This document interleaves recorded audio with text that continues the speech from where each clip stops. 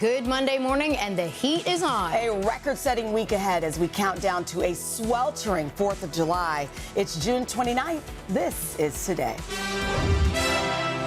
Holiday heat wave. Half the nation on alert for dangerous, oppressive temperatures during one of the busiest weeks of the summer. Record highs expected. Some cities feeling like 115 degrees. Out west, the hot, dry weather fueling deadly wildfires.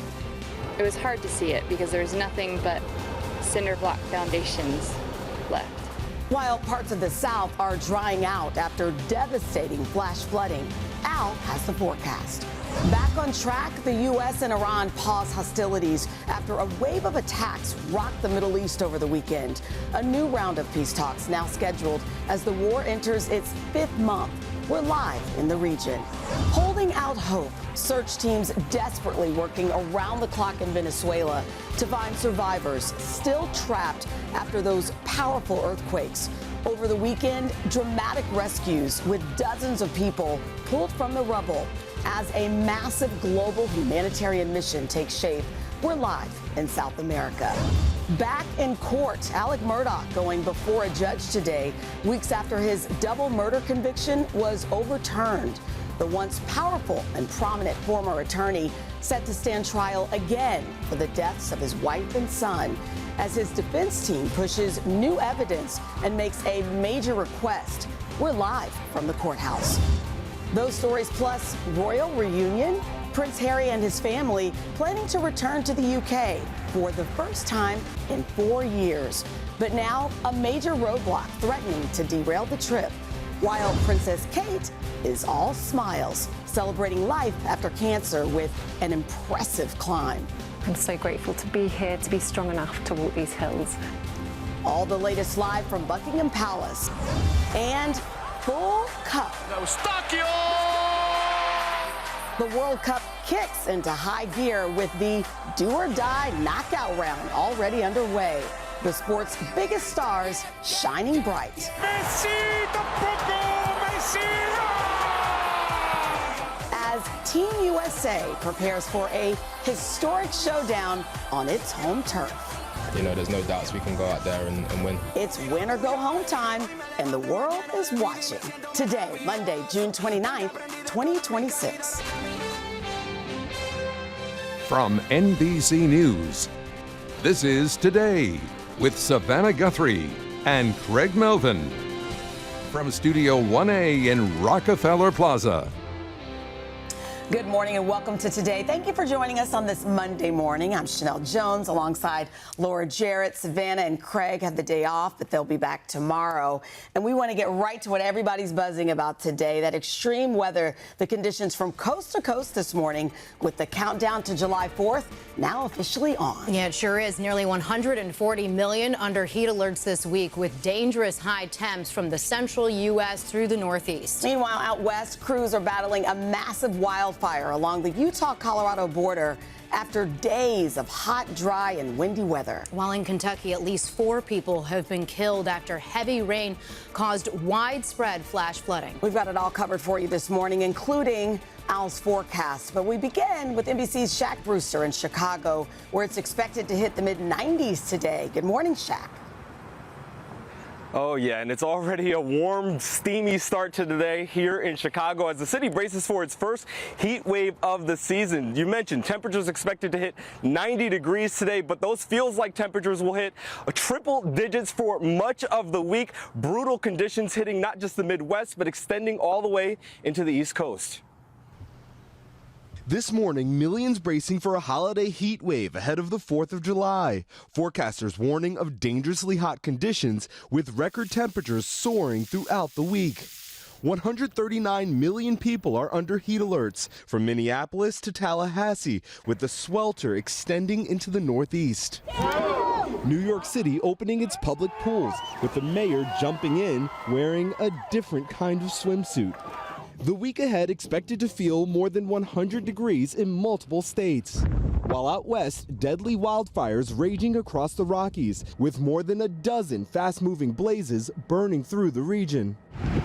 Officials say 3 Colorado firefighters were killed and 2 others were injured over the weekend in a desperate effort to contain flames along the Colorado-Utah border. In Utah, the nation's largest active fire already scorching 92,000 acres, placing hundreds of homes at risk and prompting evacuations. One family's condo was completely consumed by the blaze. There's nothing but cinder block foundations left. Millions now under air quality alerts from California to Colorado. It comes as search and rescues are still underway in Kentucky, where catastrophic flash flooding overwhelmed the state over the weekend, killing at least 4 people and prompting dozens of water rescues. The governor signaling the end is near. Everybody out there, stay safe. The rain is just about done in all of Kentucky, and then we will dig out. Now, back here in Chicago, there will be little relief even when the sun goes down. Those feel-like temperatures will stay near 80 degrees even at night. That is concerning many officials who are telling folks, hey, check on your neighbors, stay hydrated, and stay inside as much as possible over these next stretch of days. Chanel? Good advice. All right, thank you, Shaq. All right, let's bring in Mr. Roker now with more on what we need to know heading into this week. Al, how hot are we talking? I mean, we are talking possible heat waves for a good portion of the country right now. Here's the deal we're looking at.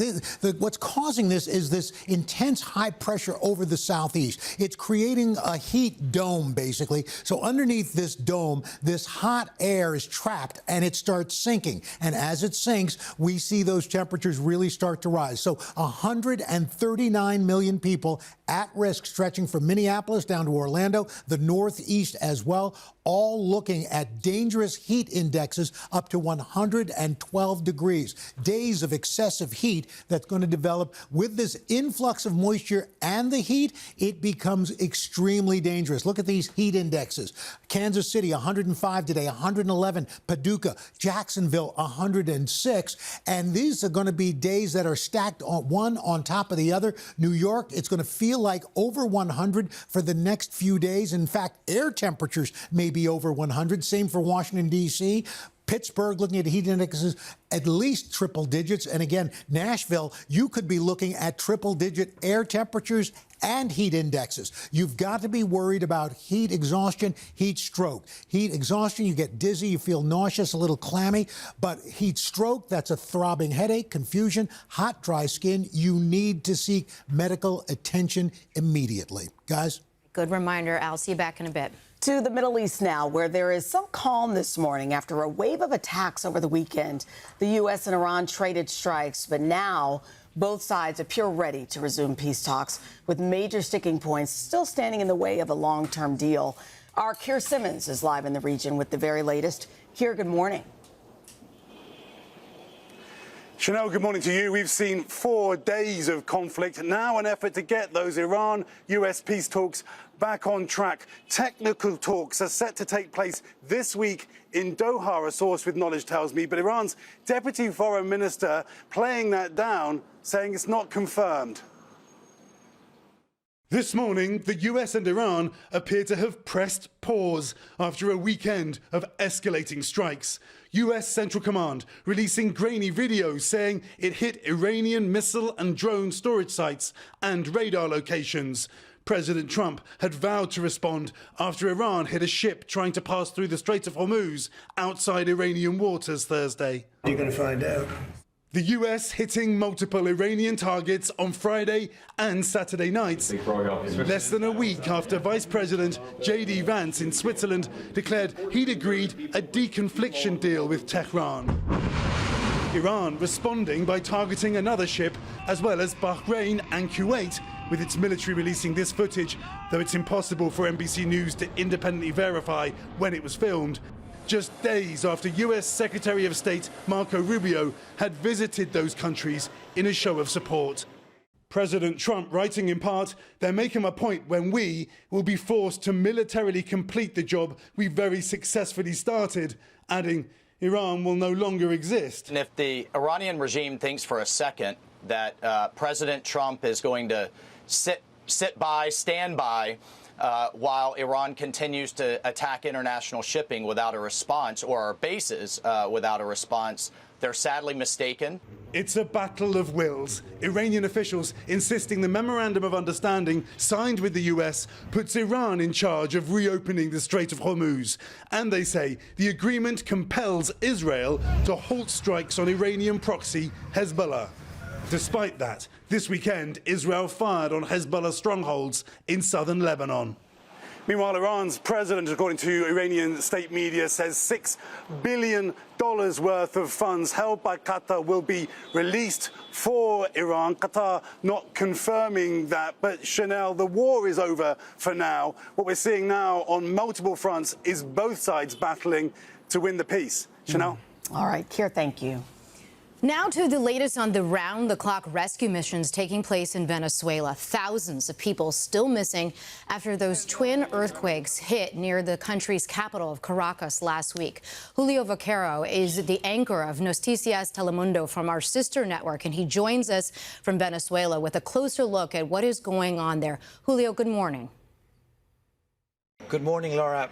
We are entering the 5th day after the earthquakes, and the increasingly desperate search for survivors continues. More than 1,400 people have died, 3,000 people are injured. These, of course, are official numbers, but these are numbers that continue to rise. There are some online registries where people post about their loved ones, and according to one independent registry, more than 45,000 people are still unaccounted for. The Venezuelan government talks about 800 buildings that have been damaged, 600 have completely collapsed, and 200 have partially collapsed. So the devastation is real in Venezuela. And as we said, rescue teams continue to work on the rubble. We are in what used to be a building, a 14-floor building in Caracas. And these teams, the rescue teams, have been successful. That's the good news. More than 20 countries have offered their help and have arrived to Venezuela. United States among them. We've also seen teams from Mexico, we've seen teams from Israel, from Switzerland working on the ground. Rescue dogs also working on the ground. Help is really needed. According to UNICEF, more than 1.8 million people are in desperate need of humanitarian help after the earthquake. More than 600 of them are children. The good news, according to the Venezuelan government, 75% of the electricity is back and running in La Guaira, which is the most impacted state after these earthquakes. Back to you. Julio Vaquero from Telemundo in Venezuela for us. Thank you, Julio. Also this morning, President Trump announcing his pick for the director of ICE, days after his administration won victories in 2 immigration cases in the Supreme Court. Our senior White House correspondent, Gabe Gutierrez, has the latest now from Washington. Gabe, good morning. Chanel, good morning. Immigration and Customs Enforcement hasn't had a Senate-confirmed director since 2017. All of its leaders since then have served in an acting capacity. But the president is doubling down on his deportation agenda after controversies earlier this year. With immigration enforcement in the spotlight this morning, President Trump nominating former Oklahoma State Trooper Lance Schroyer to head ICE. Schroyer is a close ally of Homeland Security Secretary Mark Wayne Mullen, who calls Schroyer a great pick. The agency is facing new scrutiny, with a DHS watchdog set to review an increase in deaths of detainees at ICE facilities. A DHS spokesperson saying in a statement that there has been no spike in deaths. The nomination follows a pair of victories for the administration at the Supreme Court, including a ruling to remove legal protections from thousands of Haitian and Syrian immigrants in the U.S., clearing a path for their deportation. Be here underneath a permanent status, or we'll help you get back to your country. President Trump's also touting new progress in remaking the nation's capital, touring sites of current and future renovations, from Lafayette Park, just north of the White House, to a public golf course, East Potomac, that the president says he wants to turn into a championship course. Later, his motorcade riding around Memorial Circle between Arlington National Cemetery and the Lincoln Memorial, where the president plans to build a massive triumphal arch, sparking a growing public backlash. Democrats argue his pet projects will backfire in the upcoming midterm elections. Former President Biden, in a fiery speech Saturday, attacking President Trump's, quote, vanity projects. Tearing down the east wing of the White House, making room for his ballroom, put his name on a Kennedy Center. What a loser. President Trump says the reflecting pool outside the Lincoln Memorial will be drained again shortly after the country's 250th anniversary celebrations to repair damage he blames on vandals. He says 6 people have been arrested, but no court documents have been made public. Chanel. All right, Gabe, thank you.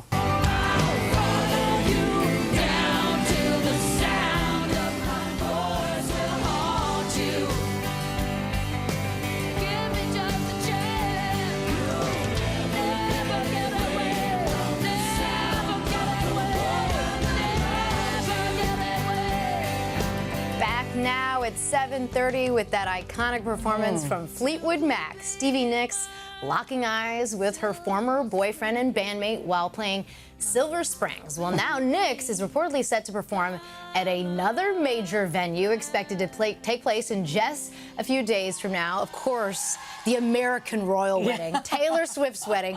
Carson has joined us at the table with a demure look. You're not giving anything away. Well, we don't know anything. No, I actually don't believe you. We don't know. But Steve, you might remember Game 4 of the NBA Finals here at the Garden. Taylor was there wearing a shirt that said Stevie Nicks. Yeah. That kind of started the rumor mill that she might be performing. Now we're hearing maybe Paul McCartney, maybe others. Tim McGraw we're hearing. Maybe it just turns into a big concert. We'll see. I mean, that sounds amazing. We'll see how it goes. All right, we'll see. Okay, well, meanwhile, another news this morning. Alec Murdaugh, the former South Carolina lawyer accused of killing his wife and son, is heading back to court. Yeah, it comes after the state Supreme Court there tossed out his conviction last month, and prosecutors quickly decided they will retry Murdaugh for now a second time. NBC's Aaron Gilchrist is outside the courthouse for us in Lexington, South Carolina. Aaron, good morning. Hey, Laura, good morning. The High Court here overturned that double murder conviction for Murdaugh, citing jury interference, adding really another twist to this legal drama that's gained national attention. Today's hearing really should be about lawyers talking to the judge about process, but we may learn when a trial could start, as we're also getting a glimpse of what the defense strategy may look like. How you feeling, Alex? This morning, Alec Murdaugh expected back in a South Carolina courtroom for the first time in more than 2 years. As the once prominent and powerful attorney accused of killing his wife Maggie and youngest son Paul could get a date for his retrial. Guilty. It comes after his double murder conviction was overturned last month, when South Carolina's Supreme Court ruled Murdaugh's right to a fair trial was violated, citing jury interference by then court clerk Becky Hill, who the High Court said placed her fingers on the scales of justice by telling jurors deliberations shouldn't take long and suggesting they watch Murdaugh's body language when he testified. I didn't shoot my wife or my son anytime, ever. At trial, prosecutors painted a picture of a man so desperate to cover up financial crimes and to maintain the integrity of his well-to-do family's name that he carried out the 2021 killings on the family's sprawling ranch to garner public sympathy. But his defense has pointed to a lack of evidence, and Murdaugh has maintained his innocence even after conviction. The case has been the focus of multiple true crime docs and series. This is the fall of a dynasty, it's a fall from grace. Now, with a new trial on the horizon, Murdaugh's legal team is asking for the case to be moved to a new jurisdiction and could introduce new witnesses and evidence, telling this to Craig last month on Today. Is there a new working theory about if it was not Alec, who it could have been? We do have information that's been provided to us. Since the trial? Since the trial. And there are, frankly, a lot of people out there who believe in Alec's innocence. Murdaugh's lawyers have already asked the court to have unidentified male DNA, previously found under Maggie's fingernail, undergo an independent analysis, something the judge would have to agree to before trial. As the now 58-year-old Murdaugh, who is still serving a separate 40 years for his financial crimes, looks to clear his name of murder. So, Aaron, there are so many moving parts of this. I think it's hard for folks sometimes to keep it straight. Today, just the first in what's going to be a lengthy process for months to come. What are you expecting? Well, we don't expect the judge to make any decisions about these motions, the motion for a change of venue or for that DNA analysis that the defense team wants to see done. Think of today really as an opportunity for prosecutors and the defense team to nail down a timetable for when this trial is going to proceed. We do know that the prosecutor has said that they would like to see this trial start by the end of this year. The defense team has said they think it's more likely to start around this time next year. Laura? Yeah, that seems right to me, too. Aaron, thank you. Appreciate it. it. All right, coming up, the latest on the record-breaking heat wave across Europe that is smashing records just as one of the world's most highly anticipated sporting events gets underway. And also, Prince Harry's preparing to return to the UK with his family for the first time in years. Our own Molly Hunter is live at Buckingham Palace. Morning, Molly. Guys, good morning. That is the plan as of now. Prince Harry and his family are expected in the UK next week, but there is still a lot up in the air. We will break all of it down for you coming up after the break. Back now with a major royal homecoming happening across the pond. Yep, Prince Harry, Meghan Markle, and their 2 children are expected to arrive in London next month. It'll be the first family's trip to the UK in 4 years. But there are some major questions hanging over the visit. NBC's Molly Hunter is at Buckingham Palace with all the details. Good morning to you, Molly. Hey guys, good morning to all of you. This is a big deal. This is only the second time that Harry and Meghan will have traveled back to the UK with both of their children since they left back in 2020. Of course, the big question is, will there be a family reunion of some sort? Will there even be a reconciliation? Well, we are just going to have to wait and see. Take a look. This morning, new details about Prince Harry and Meghan Markle's upcoming trip back home. Next week, a source close to the couple tells NBC News Harry and Meghan are planning to visit the UK with their 2 children, 7-year-old Prince Archie and 5-year-old Princess Lilibet. There are no public events on the calendar for the whole family, but Harry and Meghan said to make a few appearances, including marking the 1-year countdown to the 2027 Invictus Games, an event close to Harry's heart, as well as other charity engagements. A Buckingham Palace aide also tells NBC News that while the family was offered royal accommodation, that invitation has not been officially accepted. The fact that the King invited Harry and Meghan to stay in a royal residence speaks volumes about his willingness to reconcile. If they don't accept this, I think that this will really put a question mark over how likely it is for any reconciliation to take place. Harry and Meghan left the UK 6 years ago, officially stepping back from their senior working royal duties, starting a new chapter in Montecito, California. In 2022, they made their first and only trip back to the UK as a family of 4, attending the late Queen Elizabeth's Platinum Jubilee celebrations. Later that year, Harry and Meghan returned to attend the Queen's funeral. And since then, Harry has only ventured across the pond solo, attending King Charles's coronation back in 2023, sharing a private tea with the King at Clarence House last September. But the relationship remains fraught, that meeting just months after this BBC interview. I would love reconciliation with my family. Life is precious. I don't know how much longer my father has. There's been no word on if or when the Sussexes may reunite with the rest of the family during their visit, but Harry's sister-in-law, the Princess of Wales, is busier than ever, sharing this photo, a rare outing with eldest son Prince George to honor Armed Forces Day. The 12-year-old just a few inches away from towering over his mom. Kate also posting this triumphant photo after summiting the highest peak in Scotland, announcing she completed the National 3 Peaks Challenge, climbing all 3 of the UK's highest mountains in just 24 hours. I'm so grateful to be here, to be strong enough to walk these hills. A remarkable athletic feat, celebrating life after cancer.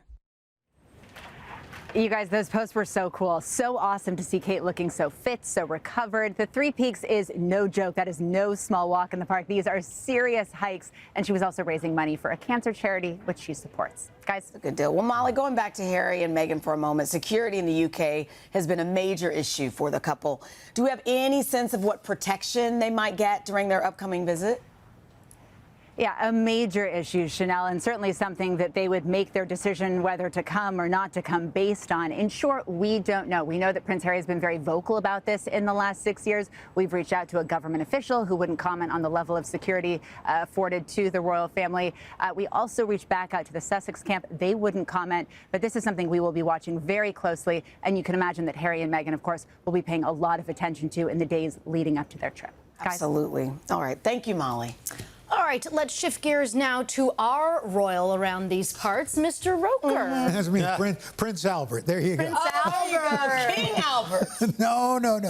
That's okay. Let's show you what we've got for your 4th of July. We don't need any kings. We are going to be celebrating our 4th of July. So here are the travel trouble spots we see on Friday. Much of the country not bad, especially in the East Coast. Oh, maybe some delays down in Florida. Some delays possible in Chicago, Nashville. Otherwise, things not looking too bad. On the 4th of July itself. Some delays down in Tampa, Philadelphia, Charlotte, Minneapolis. Now, as far as the fireworks are concerned, we may see some showers in New York in the evening. We'll be watching that. Storms and muggy conditions down through the Gulf, clear in the southwest, heavy rain in the upper Midwest, and then traveling on Sunday, you could see some delays in New York, Charlotte, especially New Orleans, Miami, and also some problems in Chicago, St. Louis, and Dallas. That's what's going on around the country. Here's what's happening in your neck of the woods.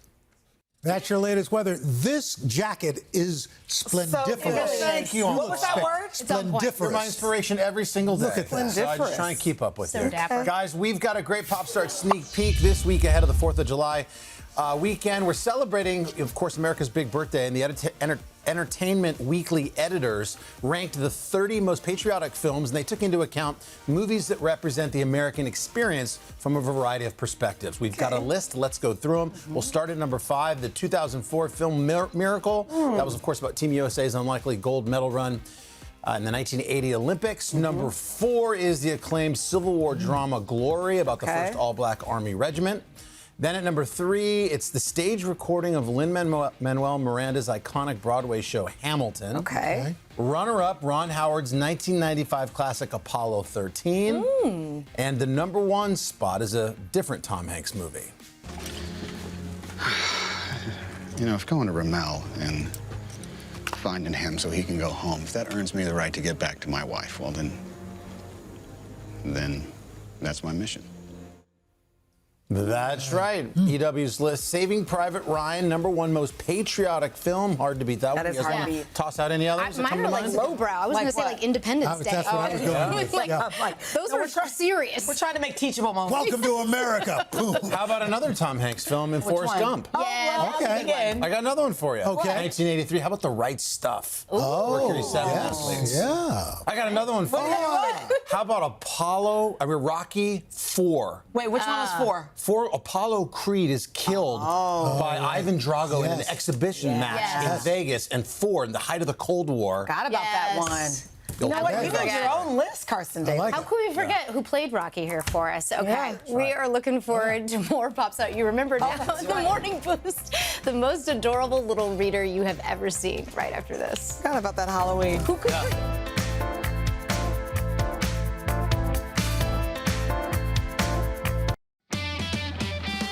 Welcome back, 7:51. It's time for your Morning Boost. Jenna is off, so Chanel is taking the reins, and Jenna would love this one because it's all about books. This is really cute. The only thing better than a good summer read is being surprised with that summer read you've been wanting. And that's just what happened for a boy in Gardner, Maine, when Katie from Tree Street Little Free Library saw this request from Charlie for a specific book in the City of Dragons series. She did her best to find it. Well, not only did she find it, but she caught Charlie's reaction on camera.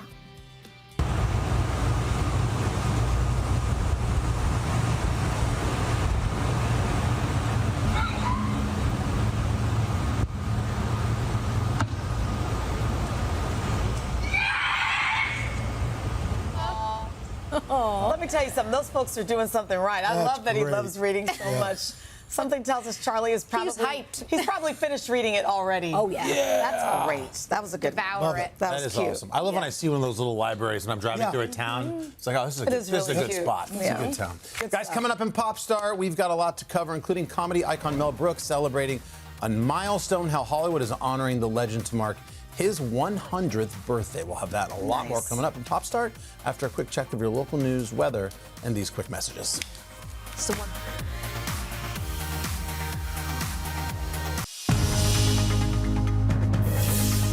It's 8 o'clock on Today. Coming up, summer scorcher. Much of the country bracing for a major heat wave this morning, while deadly wildfires rage out west. There's nothing but cinder block foundations left. And search and rescues are still underway in Kentucky following devastating flooding.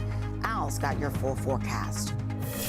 Then game, set, sizzle. Wimbledon getting underway amid that historic heat wave in Europe as this year's star, Serena Williams, gets ready to hit the court. I thought, well, I should really take this opportunity. We're live in London.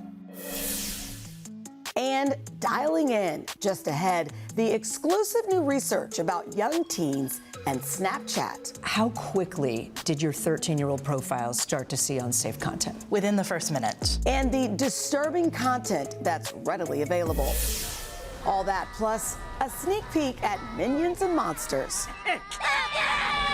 Stevie's swift performance. Just like the white window sings a song that sounds like she's singing. And Mel Brooks marks a major milestone. Please, don't make a fuss. I'm just playing yogurt. Today, Monday, June 29th, 2026. On my senior trip from Harrison, Arkansas. Celebrating your 8th birthday. From Houston. Visiting today from Stroud, Oklahoma. Oxford, Michigan. Mainville, Ohio. Winston-Salem, North Carolina. And Jeffersonville, Indiana. Cause the water's warm and nothing wrong is alright. Hi, Brooklyn and Jackson. And Grandma from Perryville, Maryland. Woo!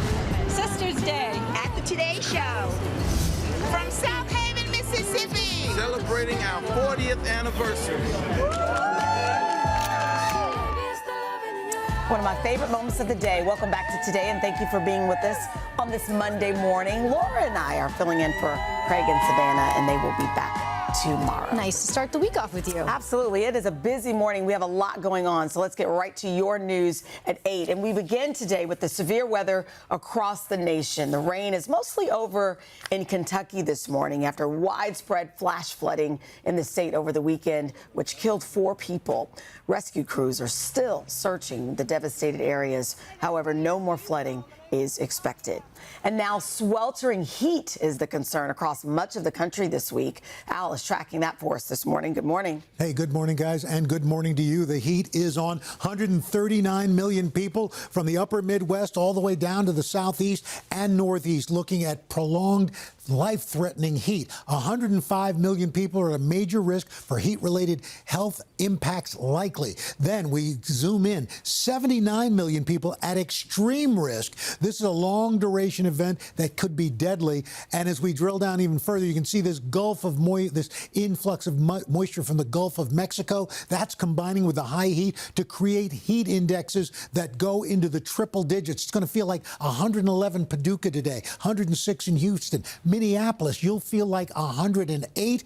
And those heat indexes continue right toward Friday with triple digits for New York, Washington, Lexington, Chicago, where places could actually see air temperatures of 100 degrees or more, which would break records. Now, here's the deal. These are really dangerous conditions. Heat exhaustion, you feel dizziness, nausea, clammy skin, but heat stroke, much worse, throbbing headaches, confusion, hot, dry skin. What do? Well, with the heat exhaustion, move to a cool place, sip water, loosen your clothing. But heat stroke, call 911 immediately. Do not give people fluids. Cool with water or ice on the skin and get medical attention immediately. And again, don't forget your pets.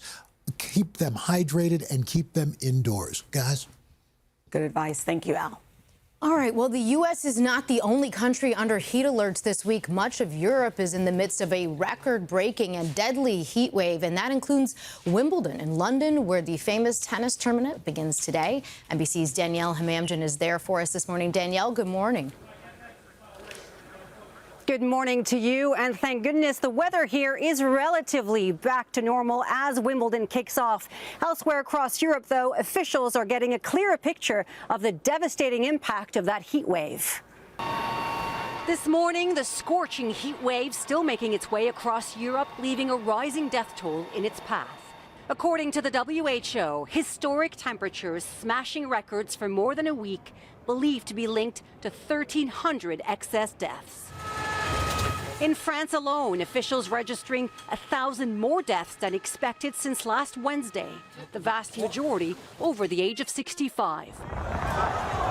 In Paris, this was the incredible scene Saturday night. Lightning striking the Eiffel Tower as storms finally moved in, marking the end of a brutal few days.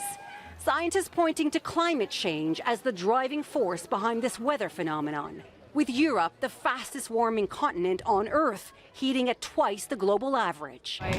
keep the curtains closed all day and I open the windows at night to be a little more cool. But I'm kind of just accepting that I'm going to be sweaty for the next month. In Berlin, police even resorting to water cannons. While in Rome, zoo animals were kept cool with frozen treats. In London, the peak of the heat wave has passed, though temperatures remain high, as the oldest tennis tournament in the world gets underway. The star of this year's Wimbledon, none other than 7-time Wimbledon champion Serena Williams. Even she admits things look a little different these days. At age 44 and a mother of 2, Williams has been away from the sport since 2022, but accepted a wild card entry to play women's doubles with her sister Venus and accepted another to play singles. I thought, well, I should really take this opportunity. Who knows if I'll ever make it here again. 23 Grand Slam titles and back from retirement for more. Now Serena Williams playing her first match tomorrow night. Meanwhile, Coco Gauff kicking things off today. She's looking for redemption, having been eliminated in the first round at this time last year. Laura, back to you. Always rooting for those two. Danielle, thank you. Accused CEO killer Luigi Mangione is back in court this morning for a pre-trial hearing in the federal case against him after reports that his defense team was pursuing a plea deal in the case. NBC's Stephanie Goss joins us now from outside federal court in Lower Manhattan. Steph, good morning to you. Could there be a plea deal discussion this morning?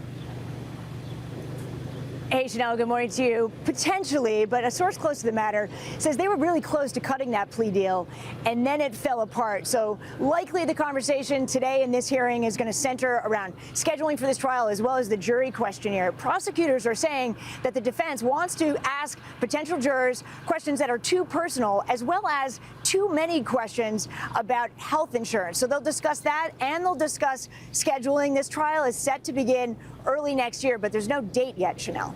Mangione also faces state charges in the shooting of United Healthcare CEO Brian Thompson. What's the latest in that case? What's interesting, Chanel, earlier this month, the judge in that case, Judge Caro, said that the defense was looking to pursue what's called a psychiatric defense during trial, which would be effectively arguing in front of the jury that their client deserved something less than murder too, probably manslaughter. But that would also have been a tacit admission that Luigi Mangione was responsible for the killing of United Healthcare CEO Brian Thompson. Well, within 24 hours of saying that in court, the defense team said they were going to withdraw their intent to pursue that defense. So that case continues as normal, and it is scheduled for September 8th, the trial to begin, and the judge says that that trial date is likely to stand. Chanel. All right, Steph, thank you. Now to some breaking news from Wall Street. NBC's parent company, Comcast Corporation, just announced it will be separating into 2 independent publicly traded companies. Comcast will spin off NBC Universal and Sky, including NBC News, as well as its Universal theme parks and Universal Studios. The spin-off expected to be completed in the next year or so, pending all board and regulatory approvals. And the current Comcast co-CEO, Mike Cavanaugh, will lead the new NBC Universal Media and Entertainment Company. All right. All right. Well, we got the news covered. Carson, what are you working on? Well, should I pack my things? I don't know. You see, I was like, am no I out of here now? Carson. We're still here. The lights are on. Should I run over to MTV and get my VJ job back? What's going on here? Our company's been split in half. Is that good or bad or what? Move on. All right, I guess we'll just stay tuned for more on that. We'll see if the card swipe works tomorrow when I try and get in here. All right, guys, coming up on Popstar, a super showdown at the box office. Could Supergirl use her powers to somehow take down some very popular toys? We'll tell you all about it coming up. So funny.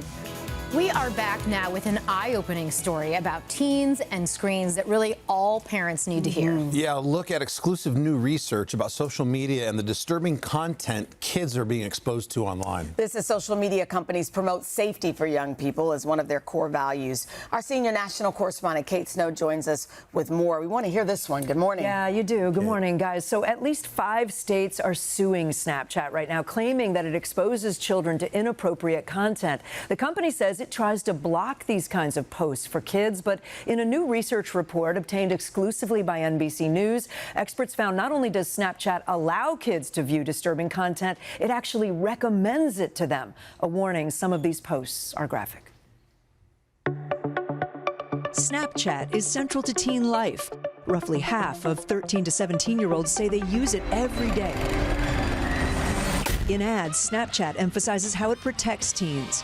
For teens aged 13 to 17, we offer additional protections to keep the focus on connecting with people they know in real life. How long did it take you to do all this research? So it took us about Sarah Gardner and Amanda Clore are moms and social media watchdogs. We really wanted to understand for ourselves, like, what's it like to be a 13-year-old on Snapchat? Are you terrified by what you now know?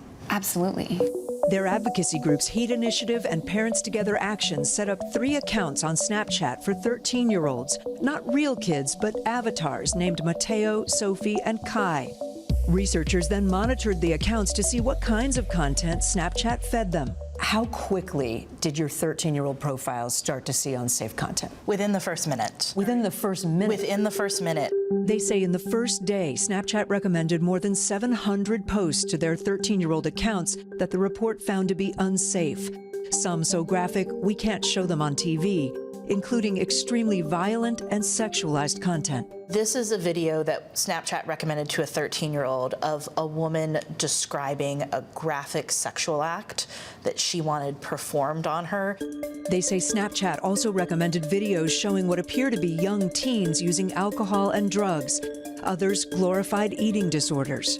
This was one of many images that was recommended that showed bodies like this as a normal, healthy body. Snapchat is trying to make the platform more addictive by showing shocking videos that keep people's attention, and that's true for kids too. You think this is intentional? Absolutely.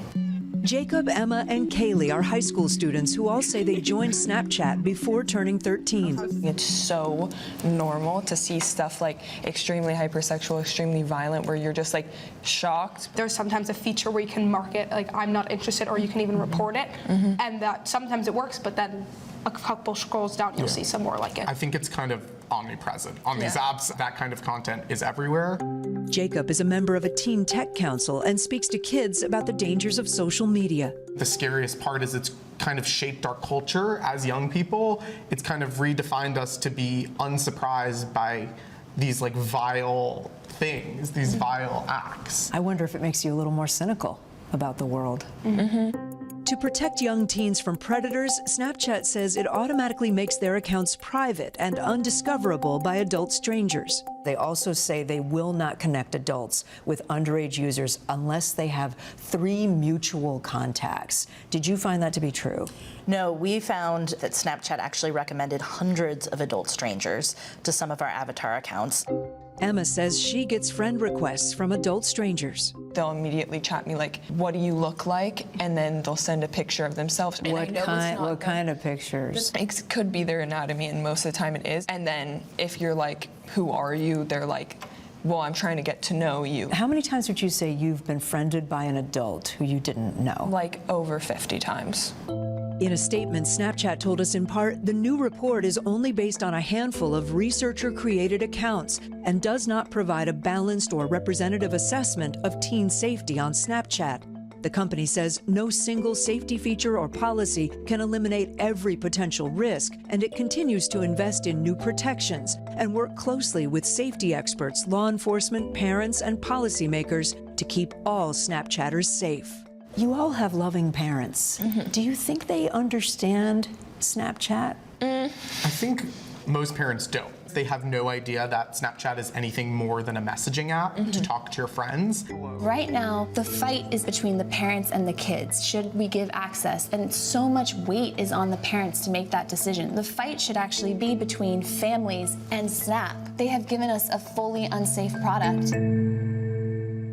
Just last week, parents who've lost children to harm they encountered on social media sites marked Social Media Victims Remembrance Day. Guys. You know, this grabbed my attention because we've talked about the fact that the UK just banned social media for kids under the age of 16. Is the U.S. perhaps headed in that direction, or do we just have too much, you know. I hope so. The short answer is there are some pieces of legislation, not as far as that, but even those pieces of legislation have faced resistance on Capitol Hill. Even though there's some bipartisan support, they haven't moved along. Other things are getting priority in Congress right now. And experts are telling us, look, the best solution, you guys know this, is for parents to really have conversations with their kids, non-judgmentally, and don't make it about like, hey, if you do this, we're taking your phone away, because the experts say that kind of, strong repercussion will encourage kids not to touch. But if you're a parent, you don't know what Snapchat even does, or how can you even have that conversation if you don't speak that teen social language? I joined Snapchat. I mentioned this on the air because my 13-year-old won't respond on our family group chat.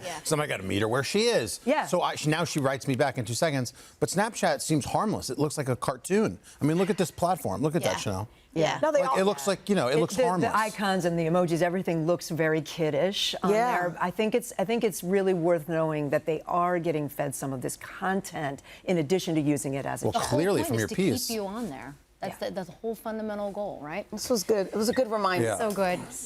Best time of the morning, Pop Start. All right, guys, that's debatable, but let's start anyway. First up, this weekend at the box office proved to be kryptonite for Supergirl. The new comic book adaptation failed to soar very high in its debut, unfortunately, opening to an estimated $38 million. Critical reviews may have hampered ticket sales, with the film sitting at about 56% on Rotten Tomatoes. But meanwhile, Toy Story 5 easily topped the box office, scoring an additional $70 million bucks in just its second weekend in release. We're not saying Toy Story 6 is a sure thing, but I mean, with numbers like that, come on, it's very cute. We'll see. Next up is Mel Brooks. Believe it or not, the legendary actor and director is 100 years old, and we've got Mel to thank for some of the funniest movies of all time, including Young Frankenstein, Spaceballs, Blazing Saddles. Actor Josh Gad marked Brooks' big day on Sunday on Instagram, writing, "There is nothing he hasn't won, nothing he hasn't achieved, nothing he hasn't proven, and yet at 100 he continues to surprise and thrill us. I love you, Mel. Thank you for your trust and your partnership. I can't wait to show the world what we've done." Of course, Josh is talking about the upcoming Spaceballs sequel, which he co-wrote. And now we're going to show you a clip from the original Spaceballs, because why not? So the combination is 1, 2, 3, 4, 5. That's the stupidest combination I ever heard in my life. That's the kind of thing an idiot would have on his luggage. What's the combination? 1, 2, 3, 4, 5. 1, 2, 3, 4, 5. Yes. That's amazing. I've got the same combination on my luggage. All right, next up, let's get to Stevie Nicks. We can cue the music. If the rumors are believed to be true, Taylor Swift and Travis Kelce's big wedding day is nearly upon us. It's supposedly going to be at New York's Madison Square Garden. Well, to add to the concert vibe of that big day, potentially, multiple outlets now reporting Stevie Nicks will be attending the wedding and might be performing. Of course, Swift and Nicks go way back. They performed at the 2010 Grammys together. They're also on Swift's You Belong With Me track. Fans think Taylor's Stevie Nicks shirt that she wore Game 4, the Knicks finals at the Garden, might have been a little Easter egg or a hint at that. We'll see soon enough. Next up, John Oliver, the comedian and Last Week Tonight host, has finally achieved a lifelong dream, one that you might find a little surprising. Earlier this year, Oliver put out this plea to be cast on a daytime soap opera. Let me say this. I'm officially offering myself to you. Write me a role, and I will be on your set so fast it will make your head spin. I only have a few conditions. First, I don't want to play myself. I want to be a character, and I want his name to be ridiculous. Also, I want to do something juicy, like murder or slapping or being slapped or being someone's long lost something. And ideally, I'd like a dramatic close-up of my face. But in return, trust me, I will give my all to this performance. He's very passionate about it. I love this. Well, good news. What? That's right. Last night, Oliver revealed that he will be in a 3-episode arc on General Hospital. Look at the hair. That's a look at his character. Okay. The episodes are set to air later this week, and we can bet something juicy is going to happen. Yeah. He'll either be slapped or killed. Slap. He said he wanted to be somebody's long lost something. A weird name. So that's coming up this week. We'll keep an eye on it. Oh, and finally, let's end with some Minions, shall we? This Wednesday, the highly anticipated Minions and Monsters races into theaters.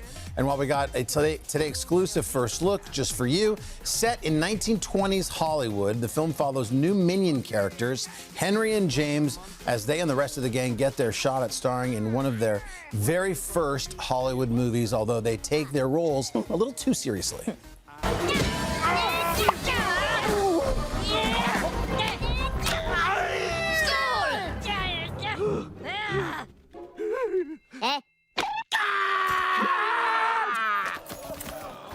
Huh? Kape? Okay, that was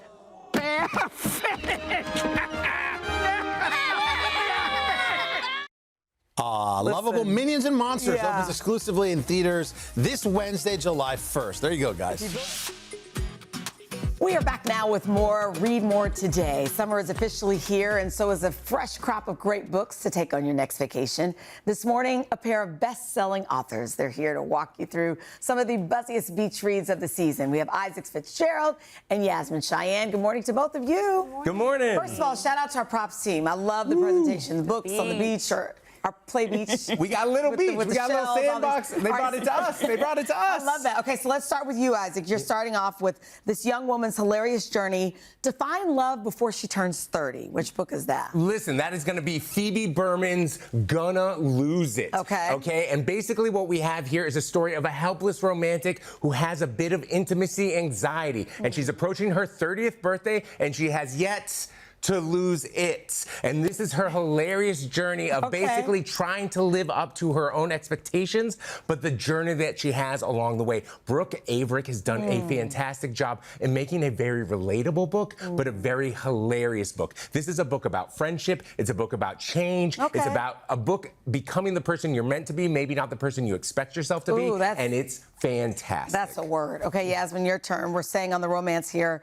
This one is about a couple's scavenger hunt, a second chance at love. It's A Second Chance at Love. It's The Art of Loving, and it's by Natasha Bishop. And I think what's so interesting about this book is it talks about loss and transformation and the change that you can go through and how that sometimes makes it hard to let the love in. So I feel like if you really love romance novels, but you want something that's a bit more inspiring, this is the book for you. Okay. Your next pick here is about a relationship unfolding and really evolving over, what, 2 decades? Yeah. Okay. Okay, so you've got Seb and Clara, right? Their lives keep brushing up against each other. But that's what I love about Main Characters by Bobby Palmer. Okay. It is such a fantastic structure of a novel, because here's the idea. We're going to follow these two characters, again, as their lives keep brushing up against one another, but we are getting their story through the side characters. It's only told from the point of view of all the people around them. And sometimes it's like their most intimate people, like family. Other times it's literally just like a barista or somebody that they meet in passing. Some of the chapters are only a page or two long, but you get these complex characters through all these different perspectives. It's a wonderfully dreamed up concept for a book. Sounds like a book, or it sounds like a movie. And the way, but the way he executes it, Bobby Palmer just does such a wonderful job. It's also very, very emotional book. It's a very, very real book, and I just loved it. I love that. Okay, Yasmin, this next one grabbed my attention. It's a sweet story about the growing pains of adult relationships. Yes, I love this book. This is Love by the Book, Jessica George. Platonic romance. We don't talk about adult friendships enough, and she really begins to talk about the feelings that some of us don't discuss. You know, when you go through a breakup, people think, oh, I can be there for you, but when you go through a friendship breakup, it's a big thing. Yeah. It's really funny, though, and it's really inspiring, and I think it's also just a conversation that we need to have more. It's a great book. I love that. Okay, so your next one, you call it a dad pick. Listen, dads go to the beach too, all right? The dads are going to the beach too, all right? And let me tell you, this vast enterprise by Craig Fairman is so good. It's a revisionist history of Lewis and Clark. But what I love that Craig does, don't get me wrong, he researched it for over half a decade. He's got new information in here. But what he does, again, remember how Main Characters with kind of different perspectives? Yes. He drills down into everyone that was a part of the Lewis and Clark expedition and breathes new life into all of these different characters. But what this book really is, it's a great history book, but it really puts you in the canoe. It makes you a part of the adventure. This is a history book that reads like a novel. Craig Fairman is this young historian, and he is really putting his footprint on the map with this book. It's great. I love that. Okay, so you're going to finish this off strong with a book. This one is about friendship and ghosts. Yes, Waiting on a Friend by debut author Natalie Adler. And what I love about this book is that it talks about ghosts and it also talks about grief, but it's funny. She brilliantly writes in, it's a historical fiction, and she really writes in to the toughest experiences and feelings that we have, but makes it something that's light. And I think it's also inspiring because we realize that we can still have joy in those hard moments. Absolutely. Okay, so speaking of new books, congratulations to both of you. We have time. Give us your elevator pitch. What's your book about? Okay, so American Rambler. I'm fresh off the road. It's a New York Times bestseller. I just did 30 events in 19 states. Oh my What goodness. this book is about, again, it's the 250th anniversary coming up, so this is a bit about history. It's John Chapman, the man who was behind the legend of Johnny Appleseed. But what it really was an excuse for me to go walk around this country and see it at an eye level. And let me tell you, what I experienced out there is so much kindness, so much hospitality. There's such a message of division right now in this country, but as we approach the 250th anniversary of this American experiment, what I found was a lot of wonderful, wonderful kindness as I was walking around this country. I believe so that, American Isaac. Rambler, it was, listen, No, it people was are a joy. good people. When you go out on the road and you do events, you realize people are just trying to do the best they can. And that is the heart of this book. I had so much kindness and so much hospitality, and I really hope people love this book as much as I had a good time writing it. I think that's great. Okay, my friend, what about you? Absolutely. This is called The Comeback Era, and this book is perfect for people whose feet are hitting the floor in the morning and you know there's more for you to do. You know that there's something else, a dream that you want to have come realize in this world. And so I think if you have that moment where you're thinking to yourself, how can I move forward? This book is going to help you remember who you were before the world told you who you had to be. And so this is an inspiring book. It's a great book if you are in that middle-aged place and you're thinking, I don't want to start again. You can start again. You still have time. The Comeback Era is the book that's going to help you turn this summer around and walk into fall inspired and ready to go. This is why both of you are best-selling Hang on, give me this. Give me this. There we go. There we go. Oh, I need this. Isaac, Yasmin, thank you guys so much. Thank you so much. Thank you. Congratulations. This was great. Makes me want to read more. You're the All right, best. you can find all their book picks and more at today.com/books. Summer is well underway now, so it's a good time to refresh your look and space for the warmer months ahead. Lifestyle expert Macone Lobo is sharing some picks to do just that. Macone, so nice to see you. Oh, always a pleasure to see you. So this is just a little bright ray of sunshine. It truly is, and we're kicking it off with this dress that I'm actually wearing. I love the waist detail. Yes. I love how flowy it is. This is a Shop Today brand that we're absolutely obsessed with, and the best part is it actually has pockets. Don't you love a dress with pockets? A dress with pockets you just can't go wrong with. This comes in 19 colors and styles that you can choose from. So there's something here for everyone. I love having a dress like this because you can dress it up or dress it down. Yeah. Heels, right? You can wear sandals. You can put a jacket on top. It's just really, really versatile. And right now it's on sale. So this is a good time to grab it. I also feel like good for travel this time of year. You're taking vacations, right? Very versatile. I absolutely love the dress. All right, speaking of items that I love as well, we're gonna get this mic going here.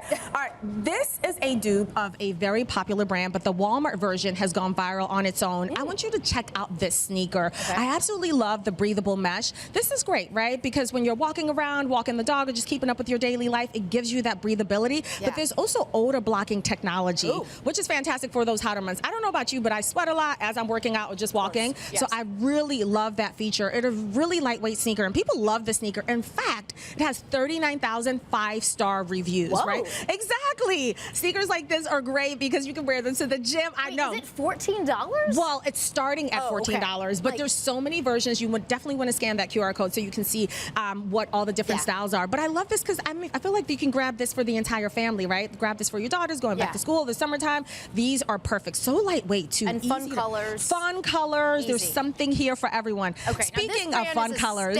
Yeah, so this is actually new. This just launched last month. This is exclusively at Walmart. This is the lip stain. Are you into the lip stains, Laura? I'm into all things that you tell me to be into. Okay, well, let me tell you about this. This lip stain is fabulous. It leaves this natural looking tint. I love that you can play around with it. If you want it to be a little bit more soft and subtle, you can do just that. So the way that it works is that you take the lip stain, right, and then you apply it around the outer edges of your lips. There's that B-roll right there. Smush it? Well, you let it sit for about 10 minutes, and then you peel it off. So whether you're a novice and maybe don't really know your way around makeup, or maybe you're an expert and you know how to apply the makeup, this is great for the summertime. Here's why you need it now. You know when you're drinking beverages and you get like that transfer? This does not have that transfer. Comes in a bunch of different colors that you can choose from. I know, you're like all over it now. I want to watch the before and after again. The peel, the big reveal. Here's the big reveal. I'm actually wearing it right now. You are? And the key is you can go subtle.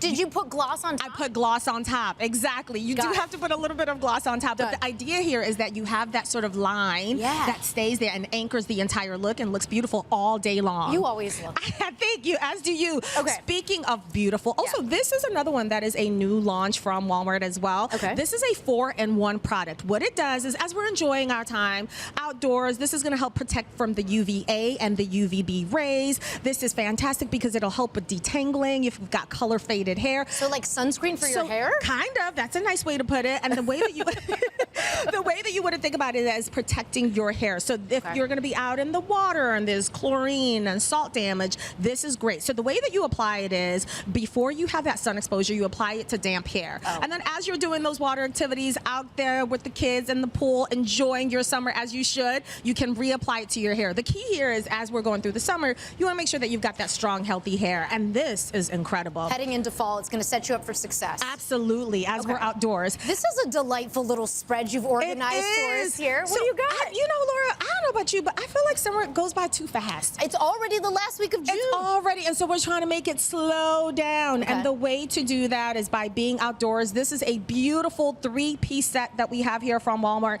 I want to just acknowledge and just look at it for a second. Look at this gorgeous steel frame from the chairs, and look at this tempered glass, which is really durable. So great for all the elements. I know we're about to have a heat wave, and you would enjoy being outside. This is great. So this is a 3-piece set. We've got 2 set up out here. I'm not really great at putting stuff together. There's no tools that are required for this. No screwdriver? No screwdriver. Assembly straight out the box, so you can just start enjoying your summertime fun. Anything to be outside. McCall, Absolutely. it's always nice to see you. To Pleasure's shop all mine. these items and more, find, scan the QR code or head to today.com/shop. Today, of course, earns a commission on purchases made through the QR codes or our links on our website. All right, guys, we're back with Today Food, learning the secrets to a show-stopping cheese board. Caroline Hess is the owner of the New York cheese distribution company, C. Hess Cheese.